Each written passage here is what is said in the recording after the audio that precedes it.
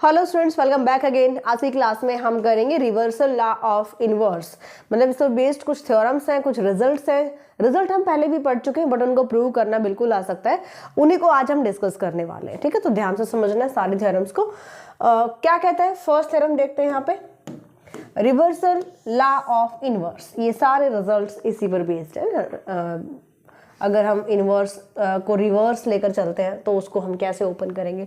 Like A and B two non singular matrices कैसे given है, non singular means determinant of A not equals to 0, determinant of B not equals to 0।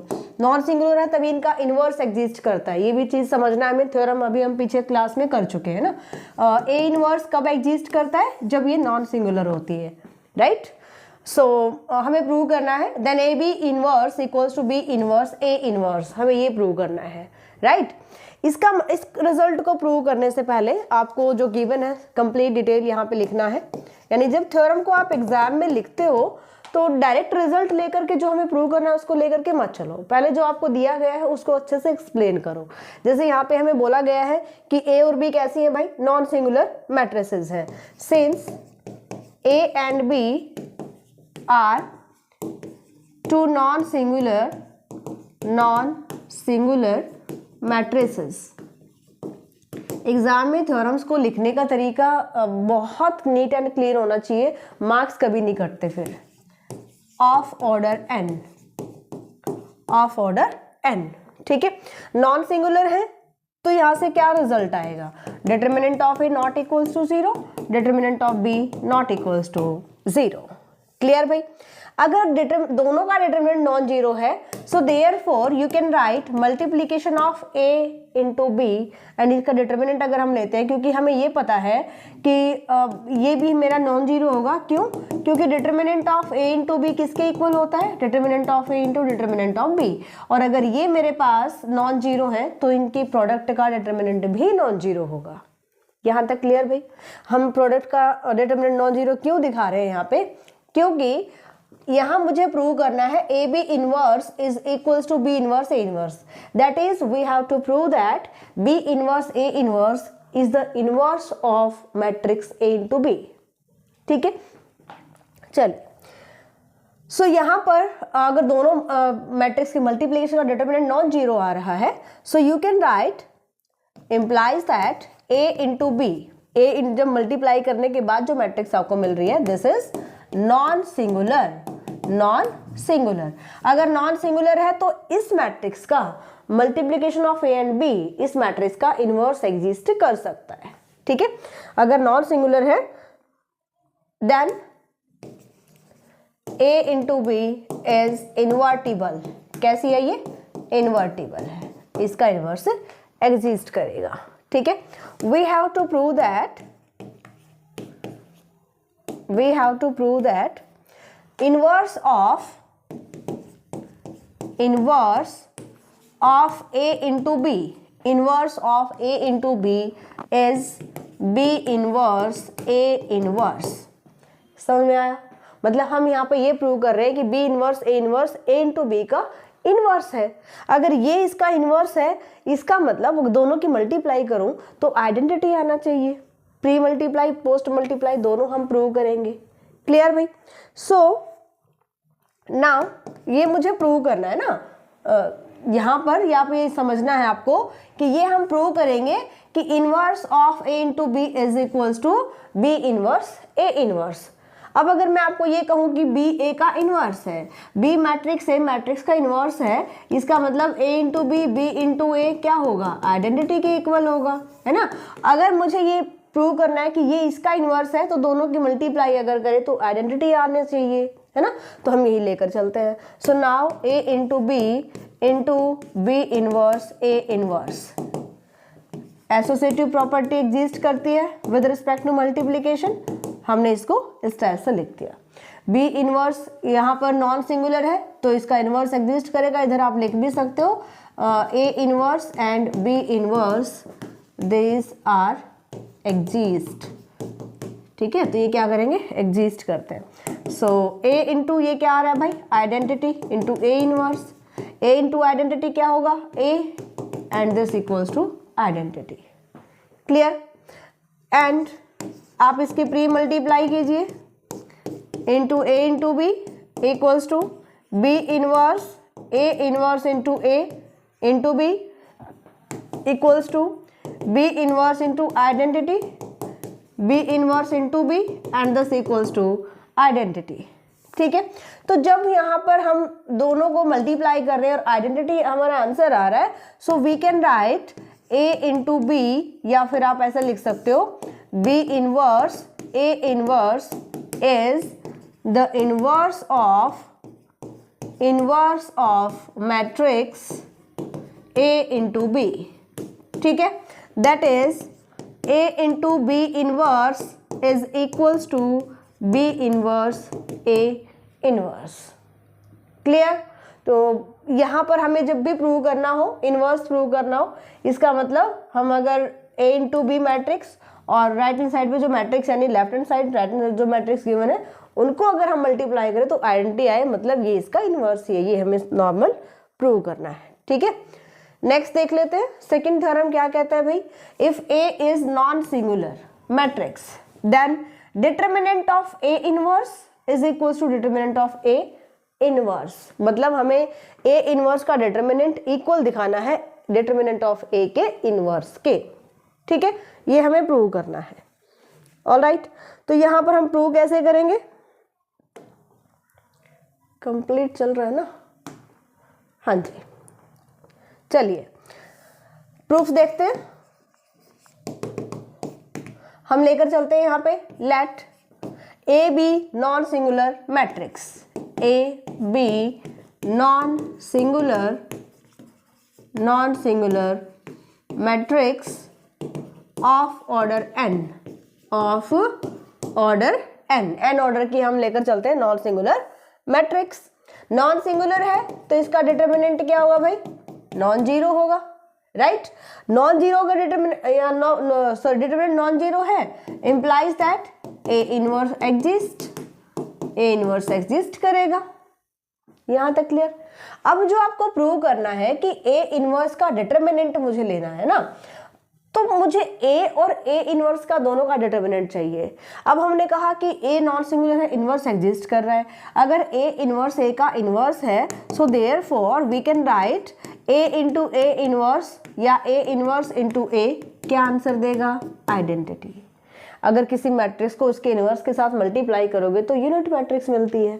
ठीक है, taking determinant, क्यों? मुझे अब determinant चाहिए। So taking determinant on both side, A inverse A equals to determinant of identity. It becomes determinant of A inverse, determinant of A inverse into determinant of A equals to 1. Identity का determinant 1 होता है ना? तो दोनों ही cases में अगर मैं यहाँ से वैल्यू फाइंड आउट करती हूँ determinant of A inverse, ठीक है, इसको मैंने इधर रखा, इसको मैं इधर शिफ्ट कर रही हूँ 1 बाय डिटरमिनेंट ऑफ ए। चाहे इसको ले लो चाहे इसको ले लो, इक्वली है ना? इसको क्या लिख सकते हो, 1 upon determinant of A. Numerator में शिफ्ट अगर करती हूँ तो क्या जाएगा, इसकी पावर -1 हो जाएगी। ठीक है, सो रिजल्ट क्या मिला हमें यहाँ से, ए इनवर्स का डिटरमिनेंट किसके इक्वल है, डिटरमिनेंट ऑफ ए के इनवर्स के। क्लियर भाई? चलिए नेक्स्ट देखते हैं। Next is if A is non-singular matrix then A dash is also, A dash यानी transpose, A dash is also non-singular। अच्छा, वहां पे non-singular भी था क्या? ये भी देख लेते हैं। नहीं, non-singular नहीं था। हमें इस थ्योरम में क्या बताना है, A अगर non-singular है तो A dash भी non-singular होगा। मतलब हमें फर्स्ट ऑफ ऑल ये प्रूव करना है कि A डैश का जो डिटरमिनेंट है वो नॉन जीरो होगा। हमें पहले तो ये प्रूव करना है। सेकंड हमें प्रूव करना है कि A dash inverse equals to A inverse dash. ठीक है, देखिए सबसे पहले जो गिवन है, let A B non singular matrix of order n, that is determinant of A 0, determinant of A क्या होगा, नॉन जीरो होगा। ठीक है, नॉन जीरो है सो ए इनवर्स एग्जिस्ट करेगा, राइट।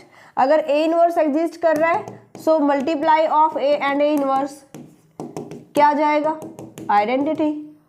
अब मुझे किस में लेकर आना है, ट्रांसपोज में, तो मैं क्या करूंगी, थ्रू आउट ट्रांसपोज अप्लाई कर देंगे। So taking transpose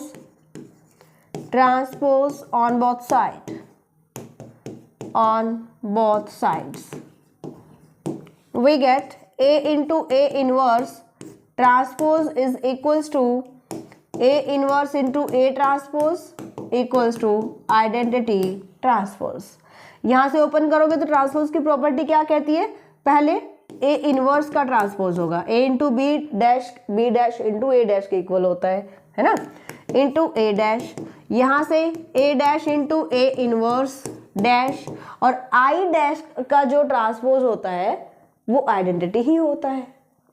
clear, identity, क्योंकि आइडेंटिटी आप अगर मैं 2 क्रॉस 2 लेती हूँ, अगर आप इसका ट्रांसपोज कीजिएगा आपको क्या करना है, रो को कॉलम में कन्वर्ट करना है, तो उसी के इक्वल आ जाएगा, कितने भी ऑर्डर के ले लीजिए आपसे। ठीक है भाई, अब यहाँ से हमें सबसे पहले तो नॉन सिंगुलर यहाँ पे प्रूव करना है। ठीक है, और इसकी जो प्रॉपर्टी है उसको प्रूव करना है। ऑलराइट, सो यहाँ पर हम लेकर चलते हैं कि A inverse dash this is equals to, मैं एक ये वाला केस ले लेती हूँ, वैसे इक्वल ही है दोनों कोई भी उठा लीजिए यहाँ से, into A dash equals to identity. अब जरा ध्यान से ये देखिए कि अगर मैं यहाँ पर ये देख रही हूं कि 2 मैट्रिक्स की मैंने मल्टीप्लाई की और आइडेंटिटी आ रहा है, इसका मतलब हम यहाँ पे क्या बता सकते हैं, so therefore we can say that A inverse dash is inverse of A dash, कि ये जो मैट्रिक्स है ये इस मैट्रिक्स का इनवर्स है, क्योंकि दोनों की मल्टीप्लाई करते ही मुझे आइडेंटिटी मिल रहा है। ठीक है, therefore you can write A inverse dash, या फिर आप उसको इधर लिख लो, ए डैश का जो इनवर्स है कौन है, ए इनवर्स डैश, ये प्रूव करना था। ठीक है, अब अगर ए नॉन सिंगुलर है मेरे पास और मुझे दिखाना है कि ये ट्रांसपोज भी नॉन सिंगुलर है, सो फर्स्ट पार्ट प्रूव करने के लिए हम यहाँ से बता सकते हैं कि भाई हमें ये तो गिवन है कि determinant of A not equals to 0, हमें प्रूव करना है कि ए डैश का डिटरमिनेंट भी नॉन जीरो होगा, एंड वी नो दैट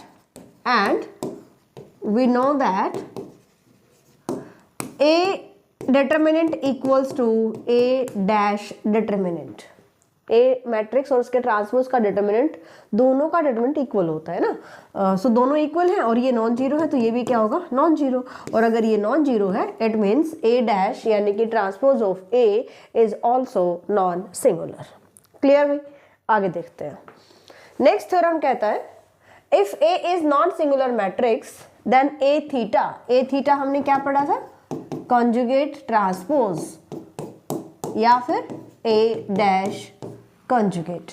ठीक है, this is also non singular, ये हमें बताना है कि ये भी क्या होगा, नॉन सिंगुलर होगा, और हमें ये प्रॉपर्टी प्रूव करनी है। तो नॉन सिंगुलर के लिए तो वैसे ही आप बता सकते हो, हमें ये गिवन है, given that A is non singular, है ना, A is non singular, that is determinant of A not equals to 0 implies that A inverse exists। ठीक है, A inverse exist कर रहा है, so we can write A into A inverse is equals to A into A inverse into A equals to identity, लिख सकते हैं। हमें क्या चाहिए, थीटा चाहिए, थीटा मतलब हम क्या करेंगे यहाँ पे, बोथ साइड थीटा अप्लाई कर देंगे, theta is equals to A dash into A, theta equals to I theta. ठीक है, आइडेंटिटी का ट्रांसपोज कॉन्जुगेट आइडेंटिटी ही आता है, so we can write A inverse theta, property apply करेंगे थीटा की, into A theta equals to, इसको open करोगे तो A theta into A inverse theta equals to identity. इसका मतलब दोनों की मल्टीप्लाई आइडेंटिटी है, चाहे ये वाला पार्ट ले लो चाहे ये वाला पार्ट ले लो. We can write A inverse theta is inverse of A theta. Clear? दोनों की मल्टीप्लाई किया, आइडेंटिटी, इसका मतलब दोनों में से एक दूसरे का इनवर्स होगा. तो हमने ले लिया कि भाई मुझे अकॉर्डिंग टू और रिजल्ट जो मुझे प्रूव करना है तो मैं इसको लेकर चलूंगी, ए थीटा का inverse, right. That is you can write A theta inverse. क्या है? ए इनवर्स थीटा. क्लियर भाई? नेक्स्ट थ्योरम देख लेते हैं. थ्योरम्स हमारे पास थी, कंप्लीट होगी क्या? हाँ, 4 थ्योरम्स कंप्लीट हो चुके हैं. ओके, तो रिवर्सल लॉ की जो थ्योरम्स हमारे पास हैं वो यहीं तक थी. इसके बाद जो टॉपिक रहेगा solution of system of linear equation, most important है. क्वेश्चन यहाँ से 100% आता है. और सिर्फ यही नहीं, आगे जब आप पढ़ोगे न्यूमेरिकल एनालिसिस या लीनियर अलजेब्रा, वहाँ पे भी आपको ये बहुत काम आने वाला है. ओके, तो इसको अच्छे से पढ़ेंगे, अच्छे से करेंगे कंप्लीट बेसिक को, और इसके क्वेश्चंस जो है उनका सोल्यूशन हम करेंगे नेक्स्ट क्लास में. और मोटी मोटी जो थ्योरम्स है वो हमारी कवर हो चुकी है. इसके बाद जो सिमेट्रिक और स्क्यू सिमेट्रिक या फिर हर्मिशन स्क्यू हर्मिशंस मैट्रिक्स का टॉपिक हम पढ़ने वाले हैं, उसमें कुछ थ्योरम्स आएंगी, उनको हम कवर करेंगे. सो अच्छे से तैयार कीजिए. कंप्लीट सिलेबस के लिए डाउनलोड कर सकते हो न्यूएरा मैथ्स एप्लीकेशन. एंड इसके जितने भी एक्सरसाइज क्वेश्चंस हैं सभी इंपॉर्टेंट हैं. एक्सरसाइज के क्वेश्चंस भी आप ट्राई करेंगे. एक्सरसाइज के सॉल्यूशंस की पीडीएफ आपको टेलीग्राम ग्रुप पर मिल जाएगी. टेलीग्राम ग्रुप है न्यूएरा मैथ्स क्लासेस के नेम से ही. अदरवाइज लिंक आप वीडियो के डिस्क्रिप्शन से ले सकते हो. ठीक है, वीडियो के डिस्क्रिप्शन में लिंक अगर नहीं मिलता है आपको, नहीं आप अवेल कर पाते हो जो भी लिंक है डिस्क्रिप्शन में, तो आप कमेंट कर सकते हो. कमेंट में आपको लिंक प्रोवाइड कर दिया जाएगा. अगर वीडियो यहाँ तक देखी है तो प्लीज़ वीडियो को लाइक भी कर दिया करो, अपने फ्रेंड्स में शेयर किया करो और लाइक करने के लिए भी बोला करो. मिलते हैं नेक्स्ट क्लास में. Bye, take care.